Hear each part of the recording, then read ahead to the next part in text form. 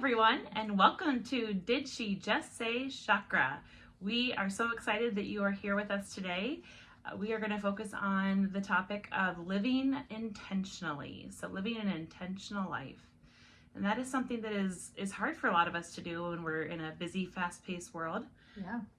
So we're going to focus on some techniques and strategies that'll help you just ground in the everyday and live a life that is focused and purposeful and meaningful. Yeah, I think that's perfect to bring up after our last episode that dropped was on human design. And now that you hopefully have looked up your human design and kind of looked at, like, are you a projector? Are you a manifestor, a generator? Like, are you a energy person? What's your strategy and authority? And then kind of using those things, look at those things, maybe do some reflection if you haven't already. Now would be a great time to pause this and do a little bit of reflection. Even if you didn't do the human design episode before this, I think it would be great to go back and do that first. But if you haven't, maybe sit down right now and just do a little bit of self-reflection. And, at the beginning of the year, we had a great episode on manifesting, like manifesting what we want our lives to look like, our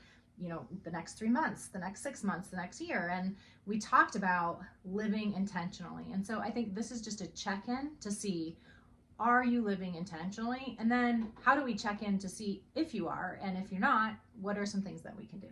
So living intentionally, living purposefully, living mindfully, I think those are somewhat interchangeable. Do you think? Yeah, I think it's fair to say that. And there really no one is the judge of that except for you. So what is living intentionally, purposefully, mindfully look and feel like for you?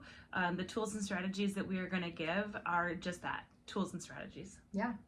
And so the very first thing that as I was working on, or as we were working on putting this podcast together, I was thinking about what my original words were for this year. And they were creativity, connection, space was another one for me, and abundance. Those were the words I wanted to focus on. And so I had put some intentions or practices into place around those things. And just kind of looking back the last 3 months, that's the first thing I did. And I definitely have been putting plans into place as far as my space. We're working on our outdoor space, and I'm in a book club for connection, and what were my other ones? Creativity. I'm trying to use my creativity around my house, around my outdoor space, because the outdoor space is really important to me and I want to spend a lot of time out there. So I'm trying to get creative with the space out there. You're kind of my inspiration for that, but so I really have felt good about the things that I've been doing, but I do believe it's because I do wake up with intention. I do start my morning, and we'll talk about some of these things that you can do, but I do start my day intentionally. And I feel like if I don't, things just don't flow as easy as they should. And then I'm like, why did I not get up 15 minutes earlier and meditate and just, spend the time? And like we've talked about, it's just small steps we're doing, small things. We aren't asking, huge things for you to focus on. We just want you to choose those words, do a little bit of reflection, and then start bringing those into your everyday routines. And Nicole's much better than I at that. I don't know that it's willpower. I don't know what it is about getting into the routine. I wake up every morning between 5:15 and 5:30, and I immediately start working. And I'm right now on a 4-hour workday, right? And it's not necessarily 4 hours start to finish. Let me say that differently. It's not necessarily that it's 4 hours straight. It's 4 hours of work. Yeah. But I get up every morning at that same time, and I struggle. I know what I want to do. I want to go on a walk when I wake up, but the morning is my productive time. Yeah. So when I wake up, I am firing ideas, rather it be for Radiate Light, rather it be for whatever it is. I am the most productive in the morning. So it's kind of how do I reshift my focus? Either change the expectations that I have as far as how my day goes. Yeah. And replan when I'm meditating or journaling or those other pieces. I don't know. Do you have any thoughts on that? I think it's, it doesn't take long. So I know you're different because I'm a projector. We are different, and you are the go do, and that's that energy, and I don't have that energy. But I think maybe just writing down in the journal, because I tend to, like, after I do my meditation, wake up, do my meditation, I'll grab my coffee, grab my phone, sit down and like look at my day. And then that's kind of where I generate my intentions. Like, okay, how do I want to feel today? Is it like I want to be productive? Is it I want to like ease and flow today? Is it recovery today? And so I do look at my schedule. So maybe just looking at if you feel like you need to be more productive, look at your schedule when you wake up, but then just take a minute to write in your journal or get in your mind, okay, these are the things I'm getting done today. So what word or how do I want to feel as I'm doing those things? And even if you just come up with a feeling for the intention of the day, I think that is just huge within itself. I just think it puts things in alignment with the universe. And this is a little woo-woo part of me out, in this, but like today, today was more of a recovery today, or a recovery day today. And it's got a little kitty that wants to join. And I was telling you when we were talking ahead of time, like I woke up and last night I just was tired. I just was worn down, and so I went to bed fairly early and then got up and did my routine today. And I had a workout scheduled, and usually I do like an intense rowing whatever workout, and I was like, okay, that's not happening today. Today is going to be about recovery. I'm going to do the appointments that I have, but I'm also just going to go in and do yoga and movement and just sweat in the sauna. And it's just shifting. It's just listening to your body and then kind of shifting your thoughts and where your energy is going for the day. So I do think it's important. I know what you're saying, and I don't know if what Well, hello. Milo is saying hello to everybody today. He needs a little bit of attention. He is saying intentionality of connection. That's right. Connection today from him. So I don't know if that's the right thing to do, but it might be just a little bit, like a short little way, a simple little way that you actually could, set your intention for how you want to feel, but still like dive into your production and get going. Because I'm not the same as you. Morning is not my productive time. Yeah, my most productive time. Well, and when we were doing the Artist's Way, it was set your alarm 30 minutes earlier. Yeah. So maybe that is something that I do intentionally, is set the alarm 30 minutes earlier and provide that practice. So I'll try it. How have you been doing on your work? I think connection was one of your big words. Connection, health. I think I had those two were the those two are your primary. Those two were primary.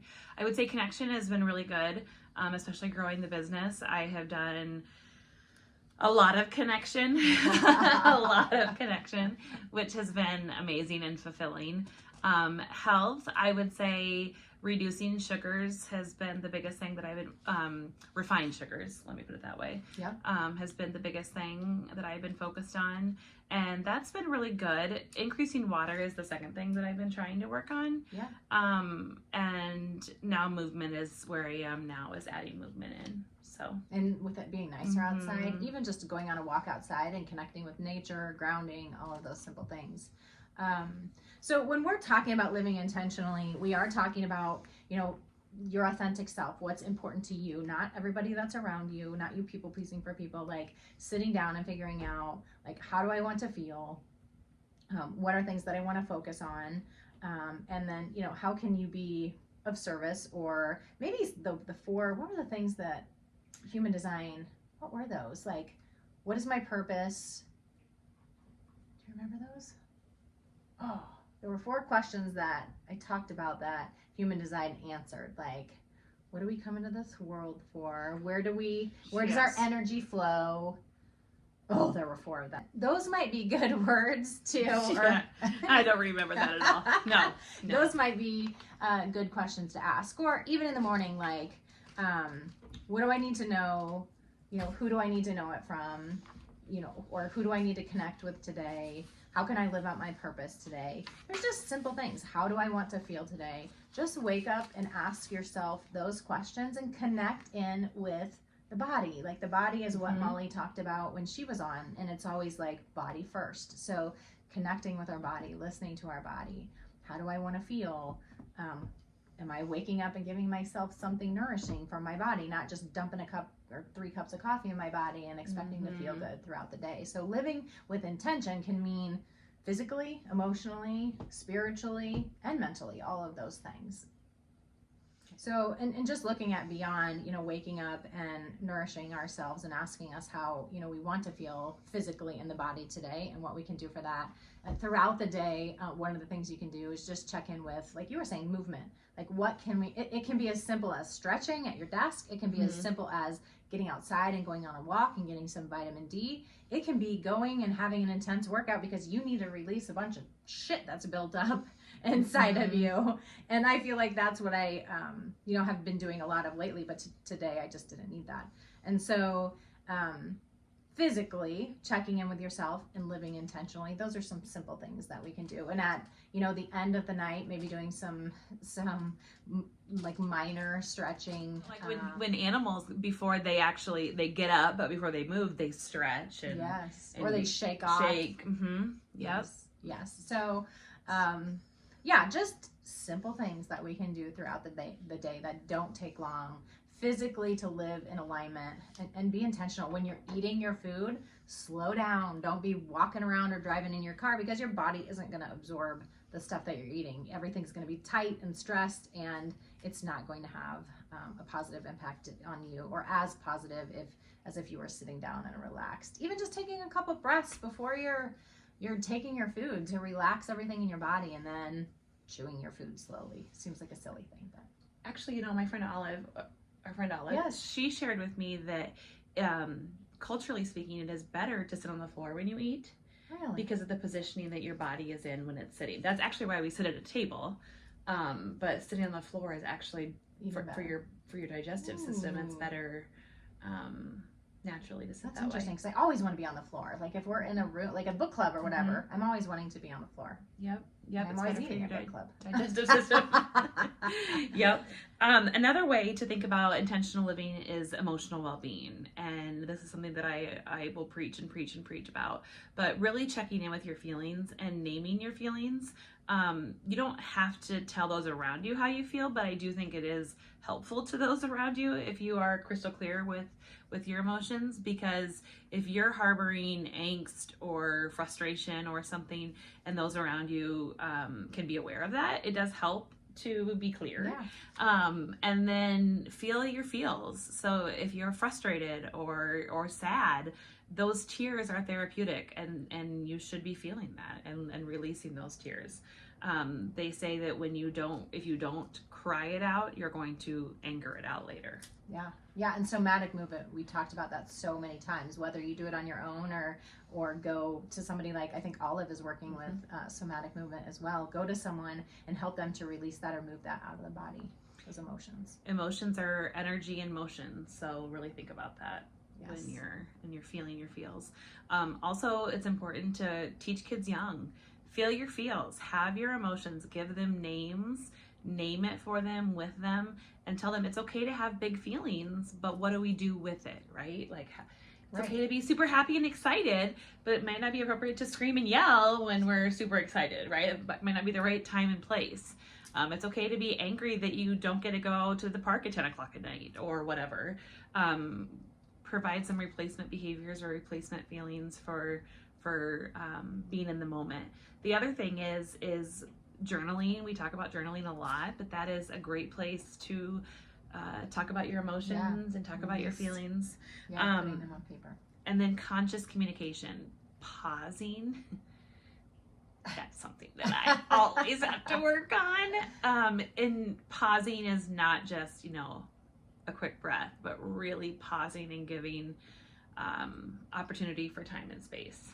I think, and just something you made me think of when you were talking about that and emotions and communicating, like what you want, and how you want your day to be may not be in alignment with everybody else around you. And some people aren't going to appreciate the fact that, you need to go take a 15-minute walk or, go eat by yourself or whatever. And, you need to be okay with those things. And you need to, we talked about, and I don't know what episode, but we talked about that book called Let Them, which you do have. with Mel Robbins. This is a great read.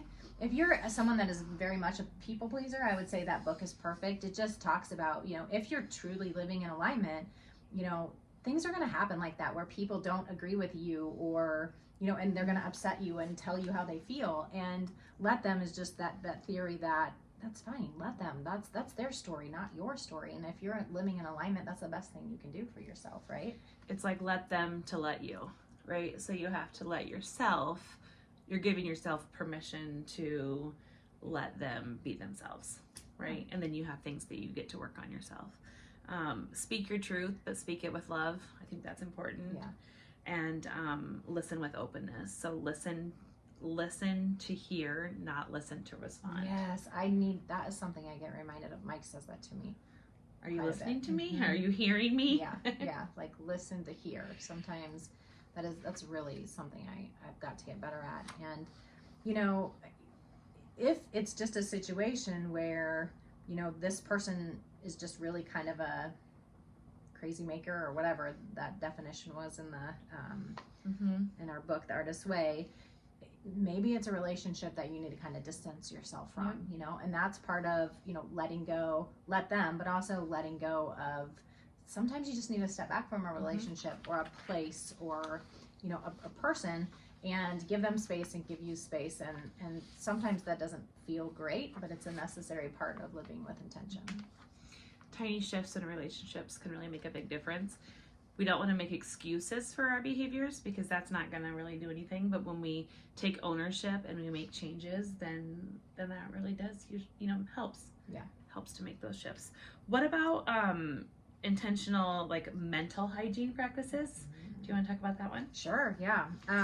When we talk about that, I think the biggest thing to me that comes up is, meeting with a mental health. We've talked about, how important that is for us. And honestly, I think everyone needs a therapist. I know maybe it's hard because maybe money is a thing, but having a friend that you can talk to or release or whatnot, but any practices that we can do on a regular basis to help with our mental health,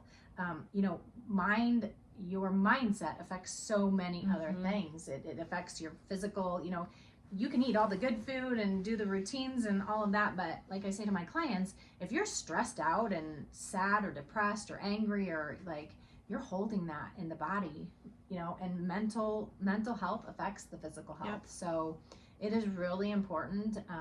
And I think especially with social media and having all that exposure to the stress and the things that are going around in the world and politics and all of the things, like, what can we do? What are you doing on a consistent basis? Even if it's not mental health therapy, we gave a great tool the other day. I don't know what episode it was in, but it was about like reframing, like drawing. It was the episode with Molly.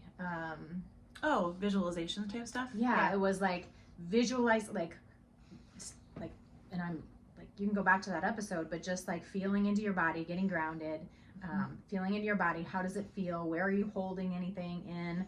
And then drawing that out on paper, whatever comes to mind, whether it's words, whether it's a picture, and then reframing that to make it feel like you want to feel, intentionally making that picture different. If it's, anger and frustration and overwhelm, and your picture is reflecting that, or your words, then we're going to put these beautiful, relaxing colors and peace and calm and love, and just reframe that. And so if you don't have that mental health therapist, this is a great tool they use. There's also a new book out that with Elise Lonin and Phil Stutz, and it's called like Mind Magic or something. Not Mind Magic, but I'll reference it also in the bottom. But it also gives you not tools. On Your Best Behavior, is it? No. On Our Best Behavior? No. Okay. It's something with magic. Okay. I just got it actually. But yeah, that's just a simple, you don't have to have a mental health therapist. There are tools that you can do on your own that just help you to keep your mental game up. You think about like mind clutter, right? Like limit your mind clutter, choose who gets your attention. You talk about putting good food in your mouth, put good words in your mouth or in your brain. You know, what you see, what you hear, what you read, all those things is really important. And you get to choose that. You really do.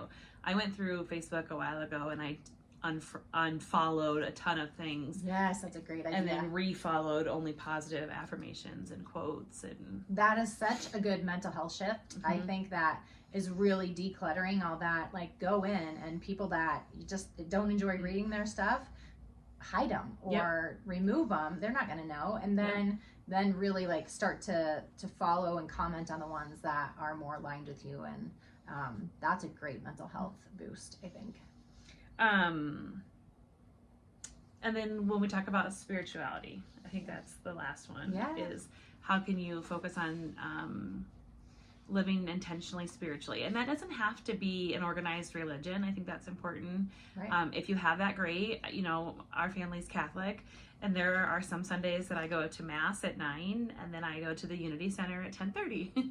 So I get a 2-for-1. You know, I get double service that day. But you know, I think that without just creating a sacred time each day that you can devote to whatever deity you choose, right? So whatever it is that you want to focus on, and you can light a candle or create some sort of altar or meditation or religious practice, not even religious, excuse me, some sort of practice that you focus on, that you can connect to a higher being or a higher self, higher than you, I think is really what that is. The Unity Center does a great job of making it non-denominational. So 10:30 on Sundays, there's music, there's fellowship, there's a speaker that usually is there uplifting a positive message. Yes, and that is something we wanted to talk about a little bit, is just like ways in our community right now that can help you to live intentionally, whatever it is, that whether it's mental, emotional, spiritual, physical. Some of the things that were going on in our area right now, I think a great check-in would be Unity. As you said, they have a newsletter that goes out weekly, and they really have some cool events going on, some really positive, uplifting people that are looking to create an impact. And these aren't people that are there to make money. These are people that are there to be of service of others, and it's like a genuine thing from their heart that they're doing. So don't hesitate to reach out to Unity. I was trying to think of other events going on. Farmers markets are starting, so fill your body with good organic food. There's a ton of events on Facebook. You can join Radiate Light's member section, and we'll have a calendar updated there. You can follow us on Facebook, and we'll also be updating with some events there as well. Really just practicing being silent. Just being still and silent can also just really help your own peace of mind and connectedness. Yeah, it depends on what your words are, right? It depends on what you want, how you want to feel. And so search, you can do that on your own. You can, if you need space, if you need time on your own, just listen to your body. It's really, it doesn't have to be as hard, but I think the biggest thing we would ask that you do after watching this is at least take some time to sit down and put a journal in front of you and write out, again, and I've said this a million times already, but like, how do you want to feel? What are some things that you can do to help you feel that way? Whether it's going to the farmer's market, going to a cacao ceremony, signing up for a somatic movement class, just journaling every morning for 2 weeks to see how it makes you feel. One thing, if you can walk away doing one thing that helps you feel better, it will just create a rippling effect. You'll do that one thing, and then you'll be like, oh, I'm starting to feel better. Okay, what can I do in addition to this? And habit stacking, like that's another thing. Just stack it on to something you're doing. Around the time you're brushing your teeth, do your journal. Or if you're having your cup of coffee, do your journal. Stack it to something that you're already doing and that's important to you, and that's what makes it easy. It doesn't have to be hard. You can do it. We believe in you. Well, we hope you enjoyed this episode. We really enjoyed bringing it to you, and we hope that you share it with someone else that you feel could benefit from the message today. It was just a really easy conversation, but I think we just wanted to have a gentle reminder of how important it is to live intentionally and how good it can make you feel and how impactful it can be. So please hit like, share, subscribe, and we will see you next time. Remember, there's only one you here on this planet, so take care of you.